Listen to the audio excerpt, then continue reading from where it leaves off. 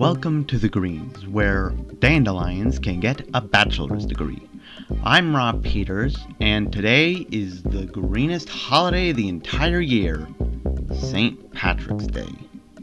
Which is why I've decided, let's skip the news for a little bit, and instead focus on the story of St.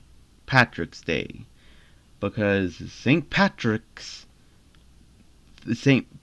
is a real person. He is real. Can I start over? Welcome to the Greens, where dandelions can get a bachelor's degree. I'm Rob Peters, and today is the greenest holiday of the year, St. Patrick's Day. Now, seeing as we are called the Greens, it's pretty obvious that we celebrate St. Patrick's Day rather heavily. Or at least we're supposed to. In all honesty, I'm not really seeing any holiday spirit out there. But let's not worry about that right now, because right now I am here to tell you about the story of St. Patrick. Yes, St. Patrick was a real person at some point in time. And yes, the holiday is named after him. So, instead of doing some news, today I will recall the tale of St. Patrick. St. Patrick was born at the age of 9, though he wasn't a saint yet, so he was just called Patrick. Some called him Pat, some called him Patty, some called him Robert, but they were wrong. And he seemed like just a normal kid at first. After all, you never expect someone you meet to be a saint until they are actually a saint. In fact, for all you know, I could be a saint. I'm not, but that's the principle of the thing. Anyway, St. Patrick was born in a modest home with a modest family. His father was a carrot farmer, and his mother was a quadrilateral. But when their powers combined, they were able to create St. Patrick, or just Patrick. I feel like I'm beating around the bush here.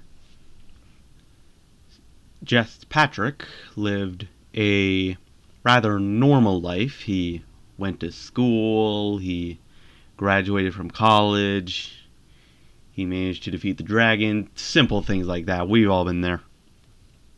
However, Just Patrick's life was about to take a very strange turn. Because suddenly, snakes arrived.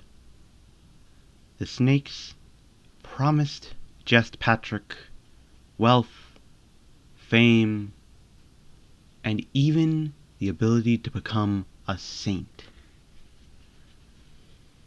Just Patrick, however, ignored them, since they are snakes and cannot speak English, so Just Patrick didn't understand them. However, the snakes were persistent. What they wanted to give him, and whatever they wanted in return, was apparently important enough to have the snakes follow him everywhere. And I do mean everywhere.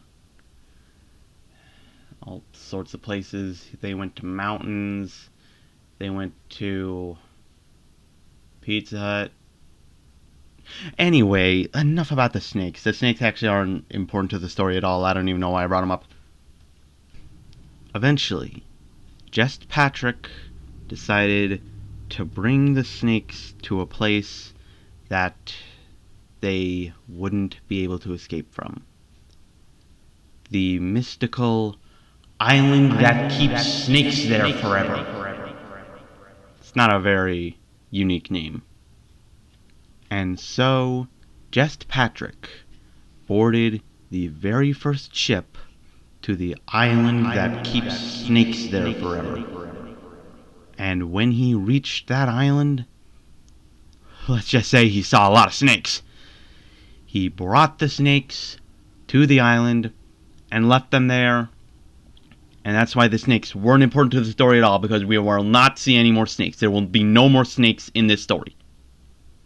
And if you say that you want more snakes in this story, well, let's just say that it seems that someone has earned a trip to the island that keeps snakes there forever.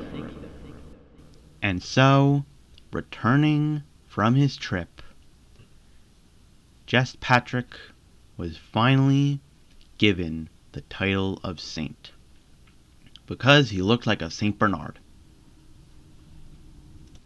And that is why Just Patrick is referred to as Saint Patrick. But Saint Patrick's story doesn't end here, folks. Instead, we have a few other stops before we end his journey. The first stop is back to his home, because it's been a long time since he's seen his family. He opened the door and saw his family waiting for him. Yeah, I'm not gonna say that his family died while he was on that adventure to the island that keeps snakes there forever. That would just be cruel. They greeted him with open arms, and Just Patrick, or this time Saint Patrick, was happy. And that happiness lasted for quite a while, as he stayed at his home, doing more modest things in his modest home with his modest family. But then Saint Patrick found a new land during his travels, because he went on travels that I forgot to mention until just now. He goes on travels a lot. He went to Bermuda, he went to Pizza Hut again, he went to the moon. That was a pretty fun time. Not like I was there or anything. However, this place was the most interesting place he'd seen in a very long time. He saw a sign that said, "Welcome to the Greens." And when... no, this isn't an intro or anything. Stop the music, please. And when he entered the city, he found a spectacular sight. The entire city was infested with plants and flowers and all sorts of flora.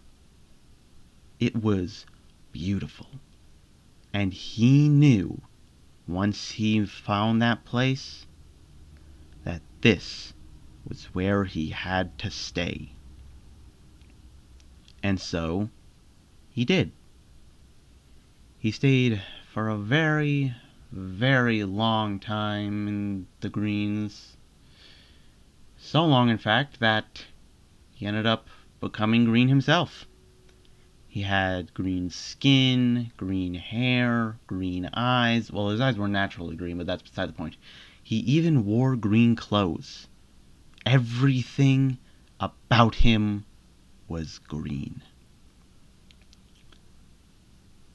And here he is to this day, still living in the Greens. In fact, he may seem familiar to you. That's right. St. Patrick, this whole time, was your next door neighbor. However, don't talk to him about it, because he will deny everything. But it's definitely true, I promise. And so, there you have it. The true story of St. Patrick. I always loved St. Patrick's Day. It was one of my favorite holidays, and it still is. So being able to celebrate it on the radio makes it all the more enjoyable, huh? Wait, what do you mean? Wait, hold on.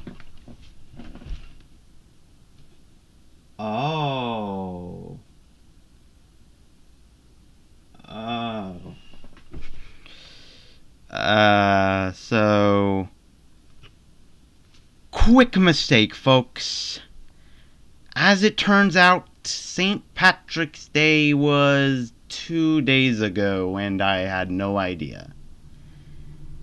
However, according to my calendar, today is the first day of spring, so that's also pretty nice to celebrate. That means I probably should have talked about vernal equinox instead. He's my accountant. But I guess we're out of time, so... Anyway, that's all from me today. So, from me to you, goodbye, good night, good luck, and have a very happy late St. Patrick's Day. I'll try to remember next time.